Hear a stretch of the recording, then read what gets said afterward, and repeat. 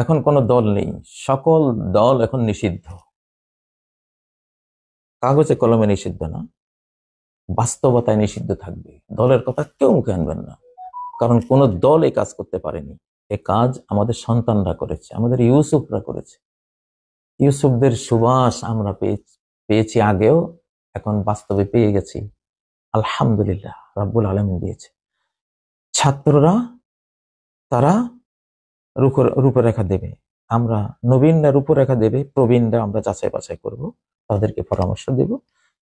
যদি কোনো ভুল থাকে, কিছু অ্যাড করার থাকে, আমরা পরামর্শ দেব। এই কোরআন হাতে ইনশাআল্লাহ আমরা আপনাদেরকে এই রাষ্ট্র কিভাবে নির্মাণ হবে, কিভাবে সাম্য, ন্যায় বিচার এবং ইনসাফপূর্ণ একটি রাষ্ট্র সমাজ তৈরি করা যায়, আমরা সবাই ভূমিকা নেব ইনশাআল্লাহ। সবাই ভূমিকা নেব, সবাই সমান ইনশাআল্লাহ। তো এমন রাষ্ট্র আমরা চাই না যে একজন কর্তা ব্যক্তি যাবে, তার জন্য লক্ষ মানুষ তাদের গাড়ি, রিক্সা, ট্যাক্সি সব বন্ধ করে দাঁড়িয়ে থাকবে। আমরা কি গোলাম? তুমি কি মনিব? না, এগুলো সব চিকিৎসা করা হবে এখানে। এই স্বাধীন বাংলায়, নতুন এই স্বাধীন বাংলায় রাজত্ব করবে ন্যায় নীতি, রাজত্ব করবে ইনসাফ, মার্চ ফর জাস্টিস। জাস্টিস এখানে রাজত্ব করতে হবে, জাস্টিস এখানে রাজত্ব করতে হবে। ন্যায় নীতি, ন্যায় বিচারের বাইরে কোন টু শব্দ কারো আর আমরা মেনে নেব না। তাহলে আরেকটা উত্তাল, আরো ভয়াবহ, ভয়ঙ্কর ছাত্র জনতার তরঙ্গ তার উপরে আশ্রয় ফেলবো ইনশাআল্লাহ। তাই ন্যায় নীতি কাকে বলে আমরা বলবো আপনাদের, আমাদের পয়েন্ট অফ ভিউ থেকে, কোরআন হাতে রেখে, নবীজির সুন্নাহ হাতে রেখে আমরা আপনাদেরকে পরামর্শ দেব। আপনারাও পরামর্শ নেবেন, ছাত্ররাও এগিয়ে আসবে জ্ঞান বুদ্ধি নিয়ে, জ্ঞান ভিত্তিক, ওহী ভিত্তিক। আগামী বিশ্বের কি অবস্থা হচ্ছে, পরিবর্তিত বিশ্ব ভিত্তিক।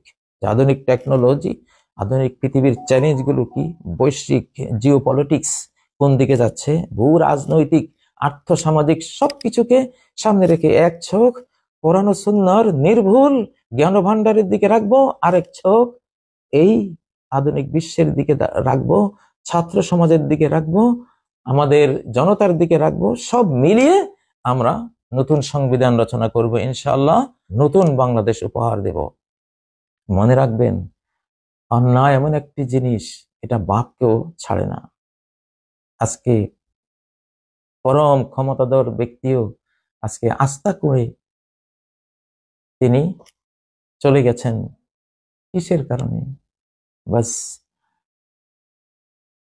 ইয়া ইবাদি ইন্নামা হিয়া আমালুকুম, হে আমার বান্দারা, তোমাদের সফলতা বিফলতা শুধুই তোমাদের কর্মের কুফল আর সুফল, সুফল আর কুফল কর্মের।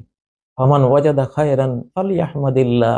কোন সৎ কর্ম, কোন ইনসাফ, কোন ন্যায় বিচার, কোন সাম্য বৈষম্য দূরীকরণের কোন পদক্ষেপ যাই নিতে পারো, যদি নিতে পারো ফালিয়াহমাদিল্লাহ, প্রশংসা করবা আল্লাহ, আলহামদুলিল্লাহ তুমি একটি ন্যায় বিচারের তৌফিক দিয়েছো, একটি ন্যায্য কথা বলার তৌফিক দিয়েছো, আলহামদুলিল্লাহ এটা বলবা। আর ওমান ওয়াজাদা গায়রা যালিক, আর যদি কেউ কোনো অনিষ্ট অন্যায় কাজ করে বসো, বৈষম্যের কোনো পদক্ষেপ নিয়ে বসো, ফালা ইয়ালুমান্না ইল্লা নাফসা, বৈষম্য তুমি করলে একটা ভয়াবহ বৈষম্যের শাস্তি তোমার জীবনে নেমে আসবে।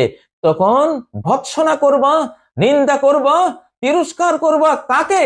অমুক তমুক, অমুক দল তমুক না, কাউকে তুমি তিরস্কার করবা না, ইল্লা নাফসা, শুধু নিজেকে তিরস্কার করবা। আমি অন্যটা করেছি, আপ ভালো জগৎ ভালো, আমি আপ ভালো হইনি, নিজে ভালো হইনি, জগৎটা আমার জন্য ভালো কিভাবে হবে?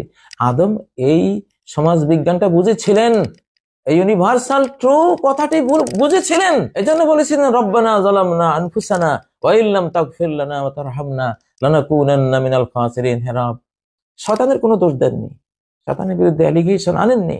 যালামনা আনফুসানা, আমি নিজে জুলুম করেছি আমার নফসের উপরে, আমরা জুলুম করেছি।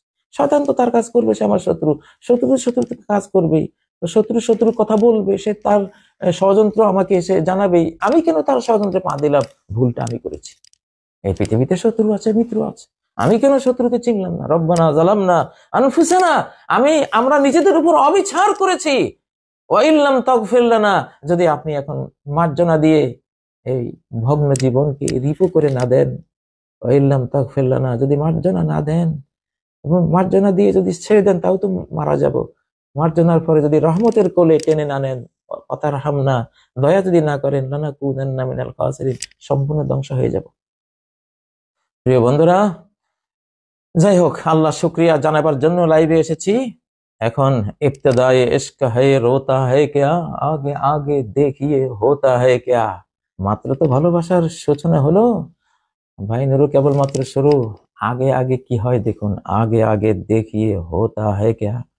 তো সতর্ক থাকতে হবে। ইনশাআল্লাহ প্রাথমিক বিজয় আল্লাহ দিয়েছেন।